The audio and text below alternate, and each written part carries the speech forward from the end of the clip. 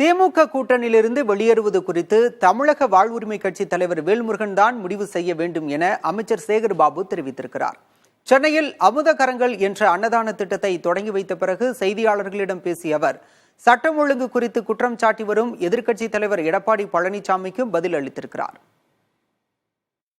சொல்லியவரும் ஒரு மனிதர் தான்.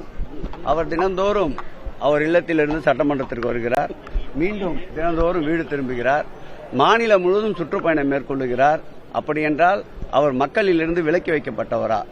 சுபிட்சமாக மிக மிக சந்தோஷமாக அமைதி பூங்காவாக நிகழ்கின்ற தமிழகத்தில் இதுபோன்ற குற்றச்சாட்டுகளை எழுப்பது எதிர்க்கட்சி என்ற தளத்திலே தாங்கள் இருக்கிறோம் என்ற இருப்பை காட்டிக் கொள்வதற்காக அதை பற்றி நாங்கள் கவலைப்படுவதில்லை.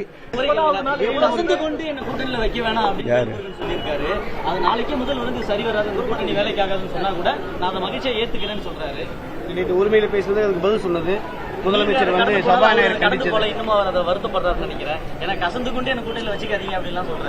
அது அவர் எடுக்க வேண்டிய முடிவு தானே.